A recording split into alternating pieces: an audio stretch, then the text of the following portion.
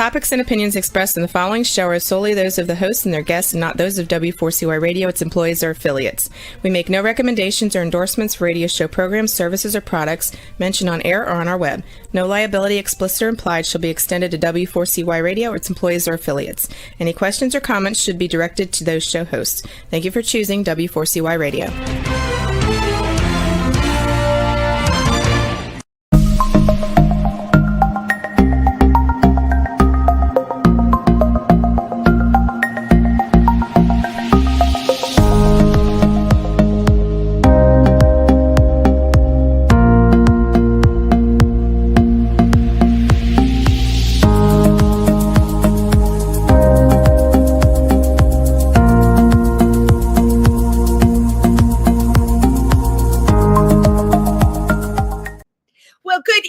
Everybody, and welcome to Triversity Talk. It's Wednesday, and you're here with me, Wendy Stewart, your hostess with the mostest.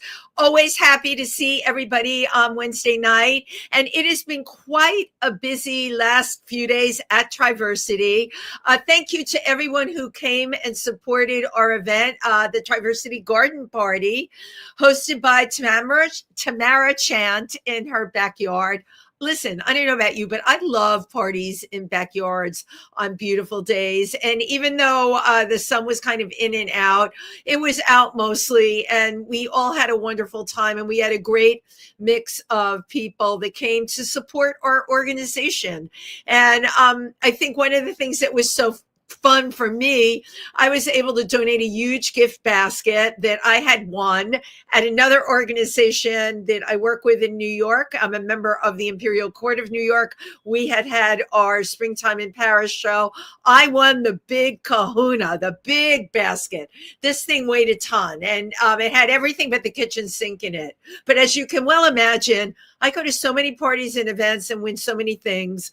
I end up trying to give it away, right? Because there's always someone in need and there's great ways to pay it forward. So that's what ended up happening. And a lucky person that came to the Triversity Garden Party got to win it, which made me happy. Now, tonight is a really special night besides the guests that I have coming on, which is perfect for what I'm going to talk about tonight. We are honoring at our high school tonight a student that has had excellence, academic excellence, and really embodied their years at Delaware Valley High School, being their own selves, basically who they are. I am what I am. And Triversity was promoting a You Belong, You Matter campaign. And again, we were looking for a student that was going to get this amazing $2,000 scholarship. Can you imagine? In the name of a friend of mine who is not here now, Stephen W. Kroll. And the scholarship is going to be presented by his husband, Dennis Grozowski. So, you know what? When it comes to philanthropy, that is the thing that makes me happy. And I'm just so excited that all of Triversity is at our local high school tonight. And as we like to say, paying it forward. I'm just going to read a little bit, a little something that came from the program that they just sent me. At Triversity, we believe, as Stephen did, in the value of celebrating each other and our authentic identities. In his memory, we're offering this scholarship to a student who supports their peers and embraces the spirit of inclusion and the ideal that when we hold each other up, the entire community benefits. So, I mean, I can't think, I'm so proud right now, I could just burst. And coincidence being what it is, the guest that we have coming on tonight believes in combining politics with philanthropy. They are originally from New Jersey and is now with the Imperial Court of Nebraska Foundation.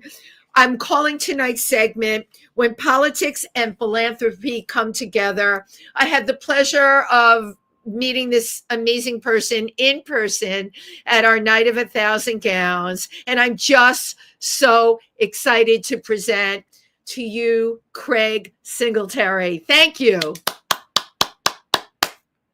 And there you are. Thank you for having me tonight, Wendy. Oh my gosh, I'm so excited to have you. And it's like magic, Craig. All of a sudden, there you are virtually. Incredible. Well, thank you. I'm happy to be here. This is a great opportunity for the two of us. Oh, absolutely. Because I'm excited to talk about everything that you're doing. And I mean, when I saw you at Night of 1,000 Gowns, you were not yet disclosing that you were going to be running for emperor of the court in Nebraska. That the cat wasn't out of the bag yet. Am I correct? That is correct. I had thinking about it, and what happened was I said, when I come back from New York, I will make a decision. And from there, I had a great time in New York. And when I came back, I said, you know what? I'm in this. The community needs me. They need my voice. Yeah. Yeah, they need who you are and what you can do. And, I don't have to remind you now more than ever, now more than ever, they need what you can bring to the party. So you're coming to us tonight from Nebraska, yeah? Yes, I am. I'm your current Mr. Gay Omaha. Mr. Gay, Omaha, Nebraska. Now, Craig, I don't know much about Omaha except Omaha steaks. And I'm sure anyone who's listening knows about Omaha steaks, right? Mm-hmm. Yes, they do. Tell us a little bit about what the LGBTQ environment is in Omaha, Nebraska. Well, right now, Wendy, it's been really great. We have the Imperial Court Nebraska Foundation. We've been out there fundraising all year round with this rain. We've had so much money raised, and it's been amazing. We've had our setbacks. I don't know if you kept up with what happened in Nebraska a couple years ago with LB 574, which was the anti-trans bill.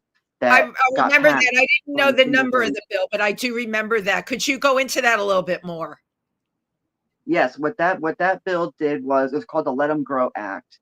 It was to get the youth so that they could not get their hormones, and it was a real big deal. It was something that started in the beginning of the session. We had state senators who actually came out full force against it. We had state senators who came out full force in favor, and it became what you would call a bloodbath on the legislature floor. Wow.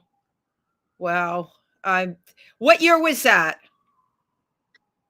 I want to say that was 2023, because Queen Nicole came and she gave an award to the one state senator who was really pushing against that bill.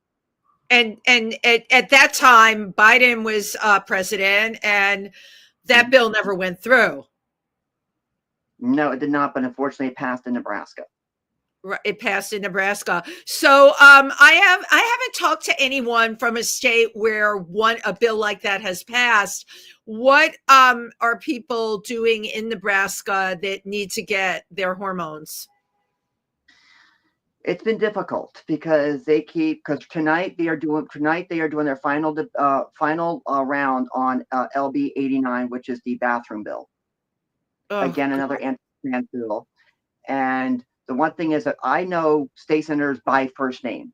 I was out there in March in the legislature talking to my state senator and other state senators.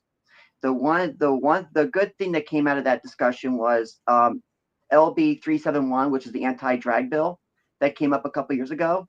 My state senator said it's never going to come out of committee, because after they learned what the drag queens do in the state of Nebraska and how much money they all raised, they decided they did not want to take that bill out of committee. And they did. And I'm glad you threw in how much money they raise, right? So, because at the end of the day, what do we say? Money talks. So that bill didn't go through. No, that bill will never come out. It will not come out of committee. But the one tonight, unfortunately, is a final reading before it goes to vote. Oof! Wow. But yet, in Omaha, I imagine if you're LGBTQ, you're better off being in Omaha than in other parts of Nebraska, right? Pretty much. I mean, we are the largest city in the state, Yeah. next to Lincoln, and then to Grand Island, it comes in third, or Okay. Bellevue Island. But the thing for us is, we're still out there doing the fundraising. We're still trying to, empower in the community. We are still trying. We even have our scholarship program. So I want to congratulate your scholarship recipient tonight, Oh my because God! Thank you. we actually push our scholarship with the Imperial Corps Nebraska Foundation. We do. Our scholarship presentation is going to be June 13th. So I'm excited to actually get out there and meet the recipients. How great. How great. I have to admire the work you do, because in Pennsylvania is parts of it are tough, and where Triversity is located, although we have a lot of support now, and we are only 1 hour and 45 minutes from New York City, and New York City, it's very easy to do things here, as you know. But when I meet someone like yourself that comes on that I know is from another state where I read about all these things going on, I love talking to them in person, and I admire your work, because it's really difficult. It's got to be really difficult in a place like that. How do you just keep going and creating support for the LGBTQ community? Wendy, I'm an old school type of guy. There are days when I keep getting up, like, why am I continue doing this? Shouldn't we pass this by now? I've been doing this for 20 years. Yeah, I know. In philanthropic work, and it's like I was hoping I could, finally pass the torch. But unfortunately, we keep getting moved backwards and backwards. Yeah. And I find it very hard. I'm a scholarship recipient myself from PFLAG. Wait, are you a 3-time scholarship recipient? From PFLAG, right? That's amazing. And 3 times. I have to shout that out. Not once, not twice, but three times. And yeah, you're paying it forward now.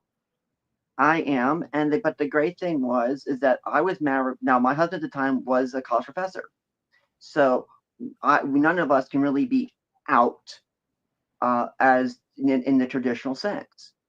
For me, everything I did was behind the scenes, because Wow. at the time in Florida, you'd be fired just on the accusation of being gay. Back in 2005. Right. Well, okay, now. but yeah, I'm thinking about now too, Craig. Because the governor of Florida passed all those things, and I never followed up. If you recall, there was so much in the news, so much in the news, so much in the news, and then it just got overshadowed. What is going on in Florida right now? Well, to be honest, Wendy, I don't really keep up with Florida. It's Okay. hard. It's hard to keep with one state. But No. when I lived in Florida, it was not as conservative as it is now. Okay. The northern part, yes, when you hit that, which we in Florida we call the Bible Belt. I'm sorry to your listeners, but that's what we called it. Well, that's you go down. Right. We all know about it, right? And when you go down past Orlando, it was much more what you would call liberal. Right. So you had that split. Now I'm noticing with Florida on how it shifted. But back in 2005, I lived there from 2005 to 2012. But when I lived there, you could be fired just on the accusation. Wow. When they put my picture in the paper for the scholarship, I panicked. My boss said, Craig, your job is safe here. You don't have to worry. And that made a big difference to me. Right. But I thought for sure I was on the chopping block just for being outed. Oh, yeah. Well, something as innocent as being an award recipient, my God, which should be celebrated. Now, like what happened to you have to worry about being a target. Correct. Yeah. Mm-hmm. Yeah, that's my husband was very politically active, more front and center than me. Okay. And he actually took on the KKK over the name of a high school. Whoa. Okay, address you're throwing stuff. I'm a city girl, but now we're really getting into it. We just went from the Bible Belt. So you had an active KKK organization? Yes, What in part of Georgia. Florida? What part of I was Florida in was it? Jackson. I was in Jacksonville, but a lot of the members were in Georgia who were stirring things up. Oh yeah, My address actually appeared on their website at one time. on the KKK website. Wow. Hmm. Wow, Over the name of school. that is really scary. And what happened was, my husband and I, we had a fight over it because I wrote to the school board.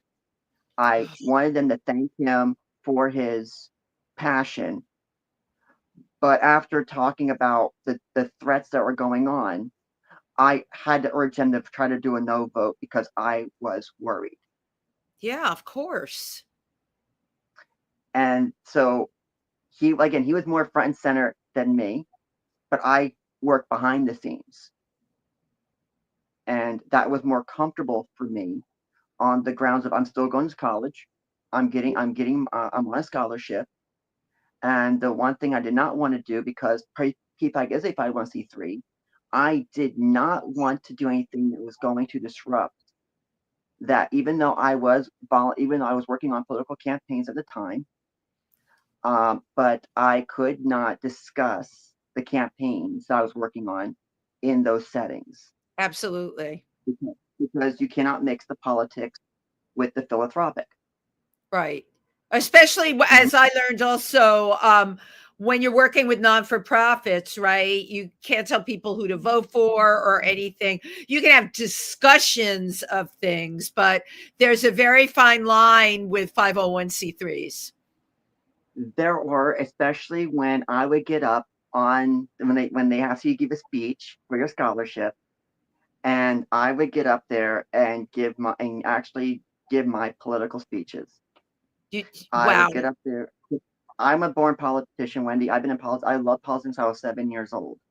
I love And that. when I was 12, I did a scrapbook on the current president back from '96. The only thing my mother discouraged was me wanting to be first lady. Ah,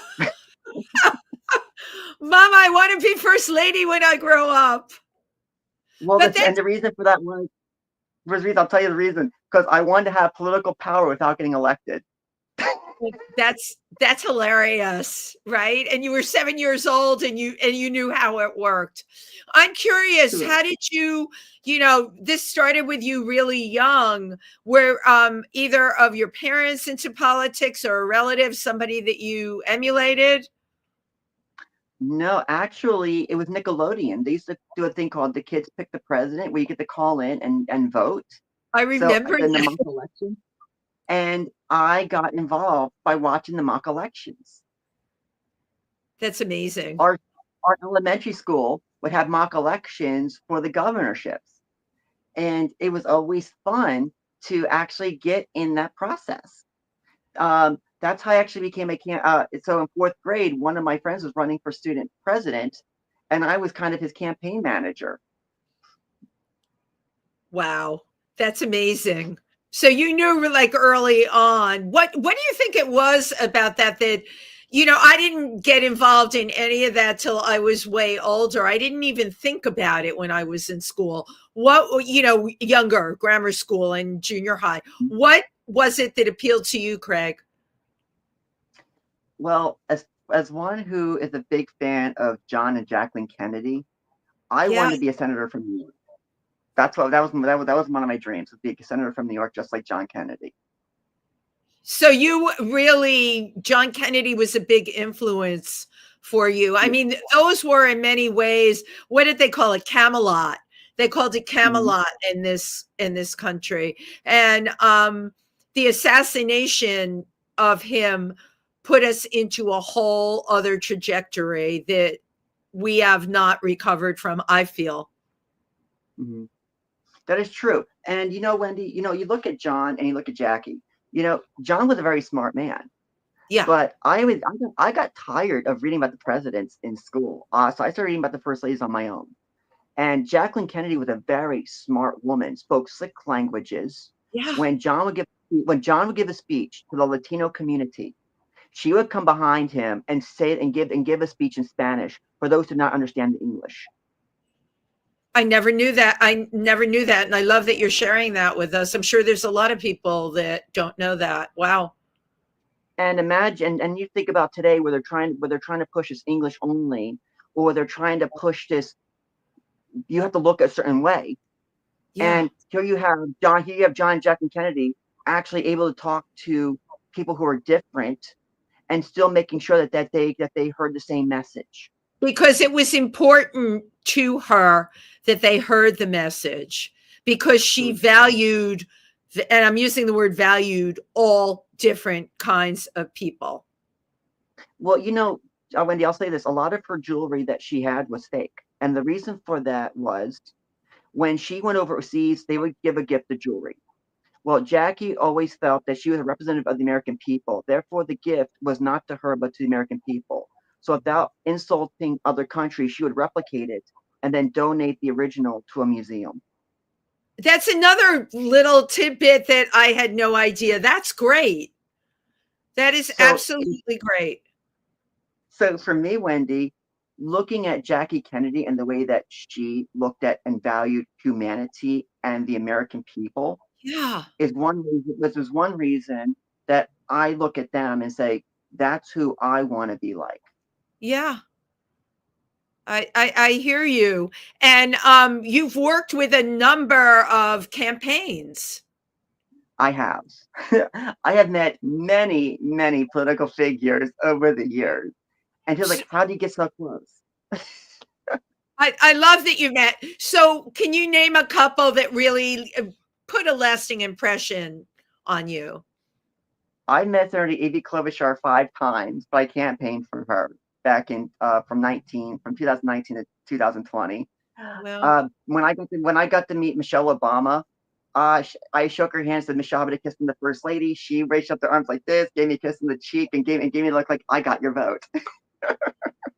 that's really amazing, And George McGovern, I really stood out to me. Yes, he did. Because incredible. he was somebody that, during the feminist movement, that the feminists were going towards when Shirley Chisholm was running against him. My God, these names are such blasts of the past. It's funny. I remember them all. You don't look old enough to have even been in any one of their campaigns. So funny. But what an inspiration.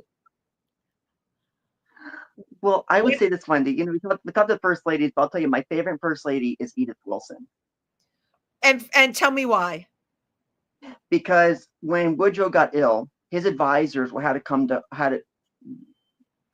her to have bills signed because she wouldn't allow any of them in his room.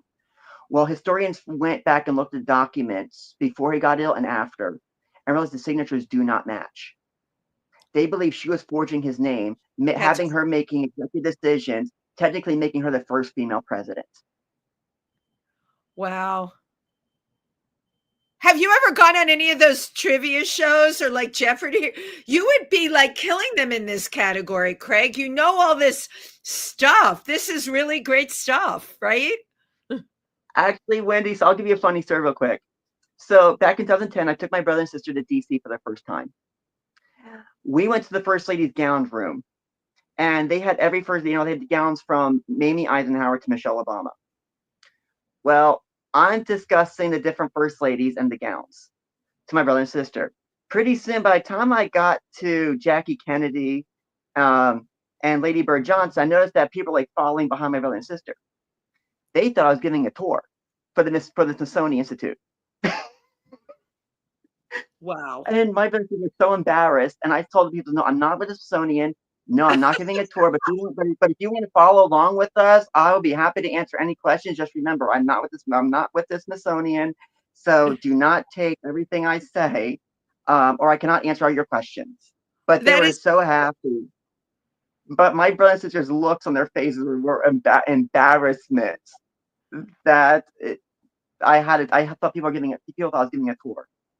Oh my God, that's absolutely so funny. Listen, Craig, I really I admire your commitment.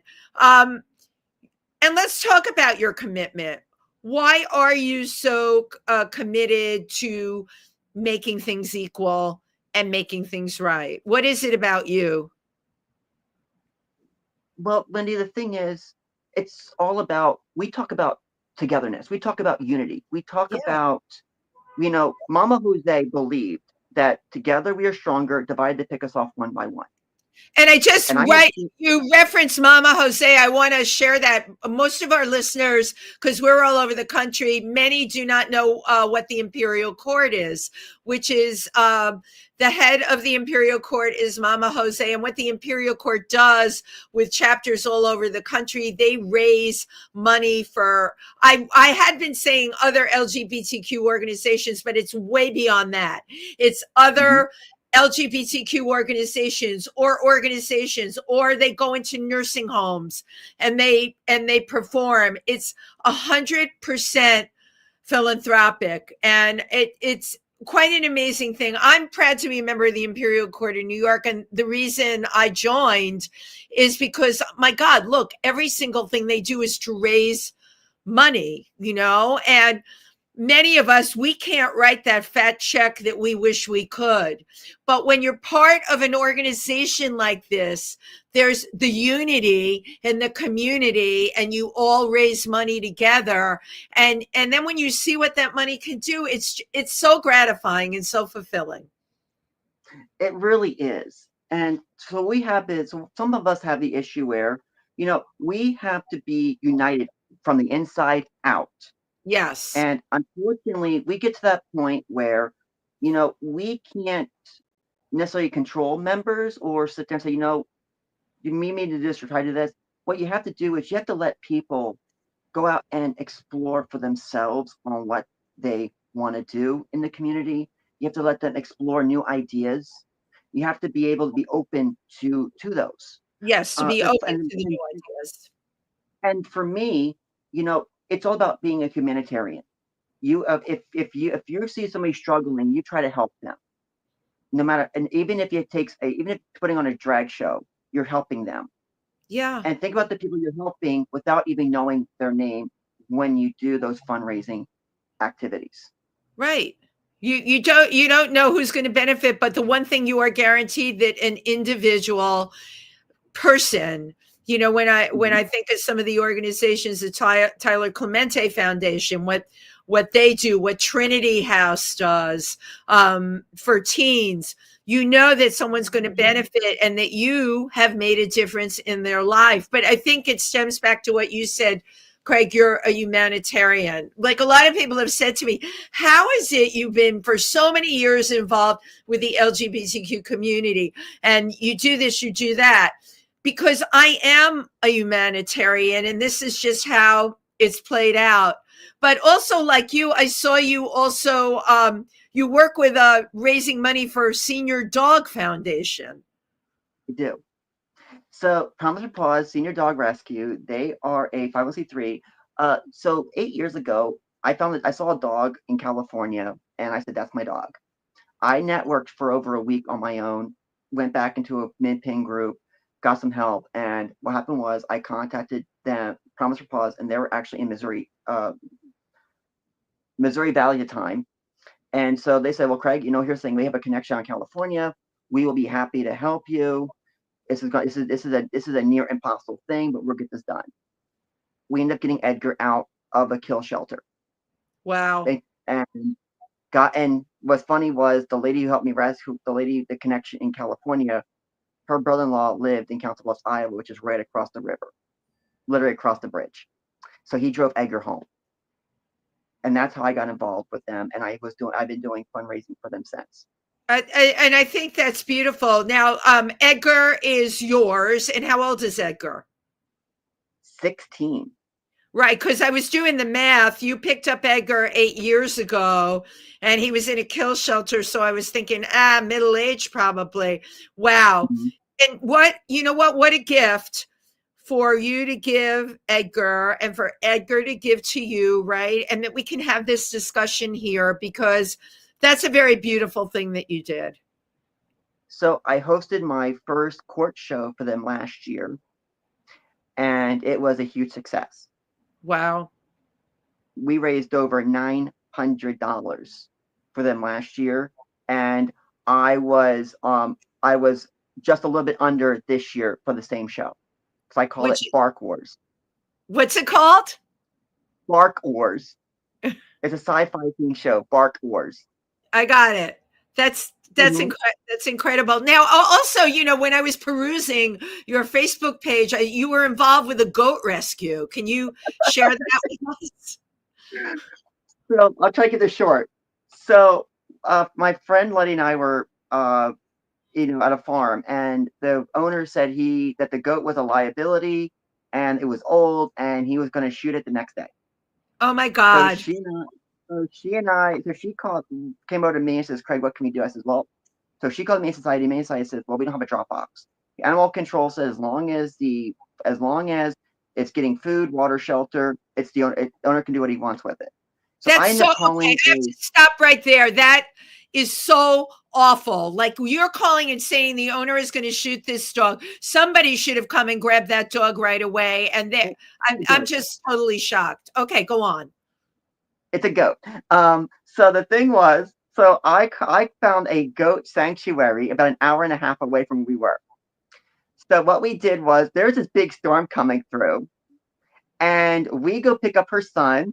We put the seats down in her SUV. We go grab the goat, and we're actually driving into this storm to go an hour and a half away. Wendy, it was so bad, we were doing 15 and 75, and people were flashing their high beams at us. Wow. And you've got a goat. Now let's have the whole picture. You have a goat was it an SUV or a regular car? It was in her SUV, and when we went to go get gas, she went into the thing, said, "We have a goat, and I have a goat in the back of my car right now. Can I cut the line?" They looked at her like she was strange. Let her go ahead and do that, just so we can get on the way with this goat. We get there, and we were like this. Like, we were on the road calling all of our friends, saying, "This is the craziest thing we've ever done." And guys, we're going through a storm right now. I mean, the lightning was lighting it up like the 4th of July. It was that bad. Was the goat going, like, was he making goat sounds? No, the goat was actually just quiet. It wasn't until I got like 17 minutes. We were about 17 minutes away, and they started getting antsy. Or goatsy, not antsy. You meant to say goatsy. I like that. So we get there. So we actually get there, and what was great was the lady, when we talked about doing a fundraiser for her organization, said, we want to put a drag show on. Her girl's like, "I'm a lesbian. This is great. We love this." And she says, "Craig, in college, I learned how to do my makeup thanks to the drag queens." I love this. So it was great that we found a GLBTQIA+ friendly or goat sanctuary. And only you would have divinely attracted that. No, I would have too, because they would have just been there. That would have totally happened. First of all, there's a lot of messages in this story. You stuck your neck out. Okay. You got involved, and you could have just walked out of that restaurant and not given a hoot, and that goat would have been killed the next day. It's the fact that you got involved, and then you went, you couldn't take the goat home. You had to go find a place that would take the goat. You actually put yourself and your friend in peril because you were driving in terrible weather. But you got to where you were going, and the universe rewarded you with a goat sanctuary where, of course, the owner was a lesbian and learned how to do her makeup from drag shows. The whole story, I didn't know the whole story. You only put part of it up on Facebook. It's an incredible story, and it's an amazing story about humanitarianism, generosity, unity, and love. And God bless you for doing that. Well, listen, you sent us a great video, so I want to play the video and then talk a little more about the Imperial Court, but I love the goat story, and I was going to make you tell it. Okay, Juan, we're ready for the video. Put your hands together for Craig Singletary!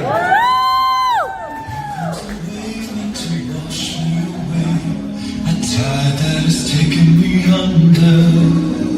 Swallowing sand left with nothing to say. My voice drowned out in the thunder.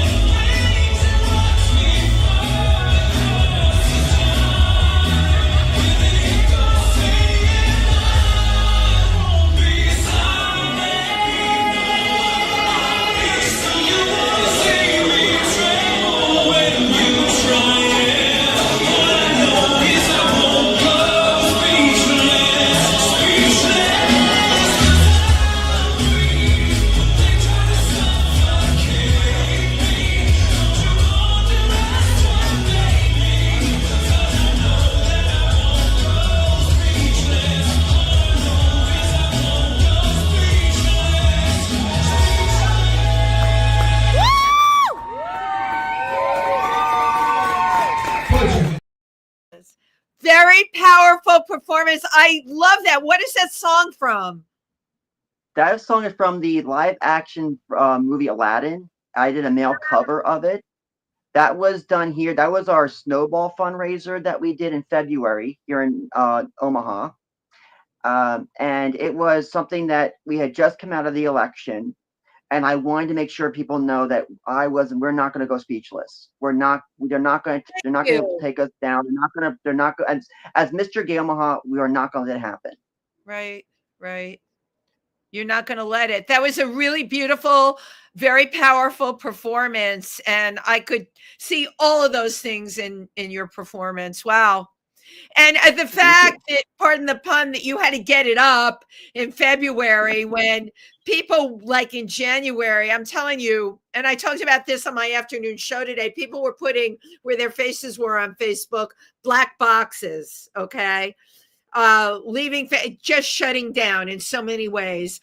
And there you were out there, bigger, brighter, stronger than ever, and nothing was going to stop you. It was a perfect piece. Well, thank you. That was actually one of my most powerful performances. Because when I came to New York in April, I did a song "You'll Be Found" and pulled the saw that performance. That was at our out of town show on Friday night. Mm-hmm. Because I wanted to also bring that same message to New York. Yes. Because Wendy, I want to say about the court for New York. I love what you all do. I love to seeing your Emperor and Empress get on the community. I love seeing how you all get out there and fundraise the way that you do. And I am so glad the Night 1,000 Gowns actually was very successful this year. Very. As to how much money was raised. Yeah, we raised a ton of money. And yeah, when you think of the year that it's happening in, it had to be successful. And next year's has to be successful. And you know what? We just have to keep moving ahead, moving forward, pushing back, all of us where we need to do that, right? Because that's really what it's about now. Sometimes, though, I'm sure you experience this. I've interviewed a lot of people. They say, you know, sometimes it's just so damn hard. I want to give up. And now I really feel like, what am I doing and why am I doing it? How do you keep yourself from feeling that way? That's actually a good question because, you know, I'll tell you it's funny. I'm 5 days in this campaign. I'm going to tell you, it's not easy. It's this whole ordeal is not easy. Right. You know, you have to remember we're all coworkers in this. Yeah. And my feeling is, and I'll be very blunt, you know, we should be working together. And the one thing is, I feel that some things that deflate me is that when people bring their baggage and don't leave it outside the venue, but they bring it in, and it kind of defeats the purpose of what we're trying to do together. And when people make that noticed, and so to me, that's kind of like a deflating thing. It's like, okay, this is not what we should be about. You know, you come in here, we should be working together, and we leave our personal things on the outside. Because that's true. I agree wholeheartedly, but I work with a number of organizations, and I find that this exact thing is something I run into again and again and again. And in terms of my own self, I don't run for, I do, how can I put it? I do things very unofficially. Like there's never a title, but I do the thing. And I never want a title. I've had so many people say to me so many times, oh, you need to be on this board or that board. I'm like, no, thank you. I like to fly under the radar to get stuff done. So, you know, if you're running for emperor, that's a big decision, because now, and you know what I'm going to say, you've made yourself, you're like, hey, I'm here. You can take a shot at me. Correct. And to me, I'll say this, Wendy. When we talk about politics, we talk about politics a lot tonight. You know, the one thing for me is I get tired of negative campaigning on all levels, because to me, it's like, okay, we see politicians on stage getting into what we call food fights, and then at the end we get when they get one candidate, you all expect everybody to come in and come all togetherness with their supporters and vote for one person. Right. Well, why should I vote for somebody who literally trashed my candidate in those ways, as I see it? And so to me, negative campaigning only adds division in what we're trying to create when we talk about unifying. Yeah, I And hear you you. know, it's one thing when politicians are on stage having a discussion or a debate. It's another thing when they start getting insulting and bring up past things that are not as relevant today as they were then. Well, we're And calling that can mudslinging. Mudslinging's the word. They call that thank mudslinging, you. right? Yeah. And we used to call it trash talk.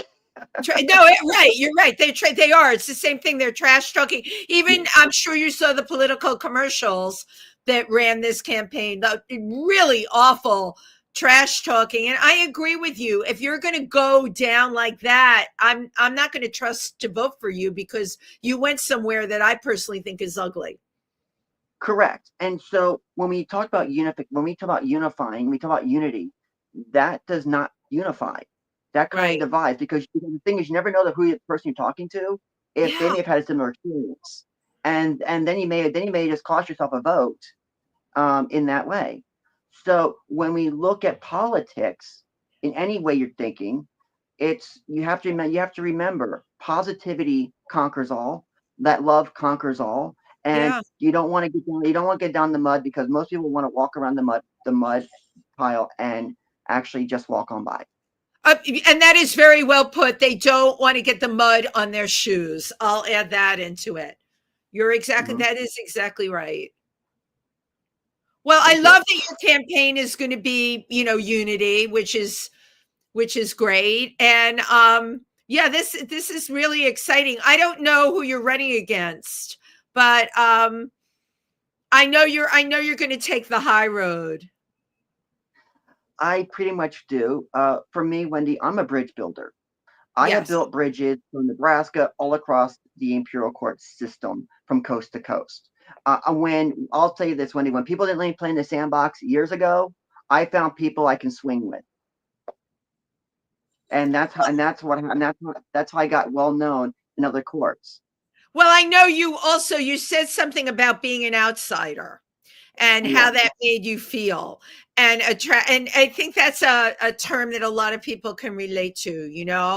Mhm. And it's not about getting on the inside. It's being an outsider, being able to stand alone, being able to attract other outsiders and getting stuff done and creating a community around yourself because you did that.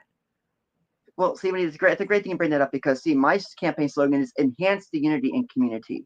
Because Yeah. the thing is that what we forget is, a lot of us are stuck. I'll say a lot of us are in the bar scenes, but we forget about we forget about the business owners that support what we do. We forget about the organizations that we support and support what we do. We forget Right. about those who can have to be silent allies because of the conservatism that we live in today. Yeah. Also, those who don't know who we are that we need to be reaching out to. Those are all part of the word community. It's not just these people within your members within the organization. It's everybody because again, we're the LGBTQIA plus. Yeah. We're not, and so I mean, I'll be honest, I'm the old school. To me, when I grew up, it was GLBT. Yeah, hello. It's I came out at the same time you did, actually, way before you did. And yeah, there were, a couple of letters, but things have changed. And right now, if we're going to go for unity, we have to honor every letter. We have to honor people's fluidity. And you can't afford to have factions in the community. Everybody's got to be on the same page. And that is what we got to do. If you can believe it, we only have a few minutes left. And real quick, how did you become a Trekkie? I grew up with Star Trek. I love space. I love the space race. Because again, Kennedy wanted to go to space. Right. He wanted to go to the moon. So I've actually enjoyed space. I love space. I love watching things on other planets. So I was always one of that. Science, math were always two of my favorite subjects. You were a science math one. I kind of figured that about you. Wow. Wow. Well, space is something I know a lot about, and that's a whole other show. Because I know people that are working on all that stuff as a member of the Explorers Club. And when I'm there, I talk to people. I'm like, well, tell me what you do. Oh, I'm an astronaut. They thought, or I invented the robotics that we have up at the space station.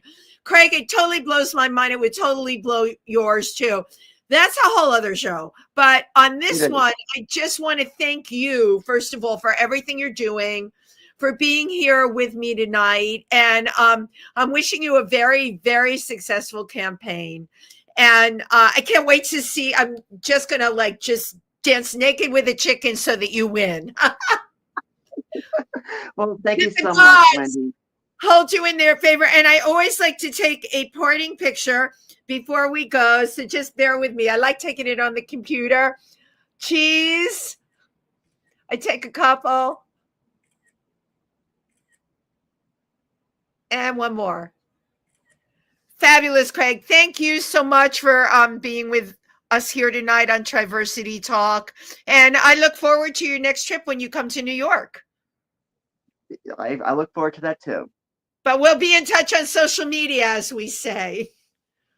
Thank you again. Follow me. Yes, please do. You're right. You're findable. It's Craig, and you have 2 initials in the middle of your Facebook page. It's Craig. Okay. AM, yes. AM Singletary. Yep. Thank you, everybody who tuned in tonight. Thank you, Craig, for being a guest. Thank you, Juan, for making the technical parts of this possible. Good night, everybody. We'll be back next week. Bye-bye.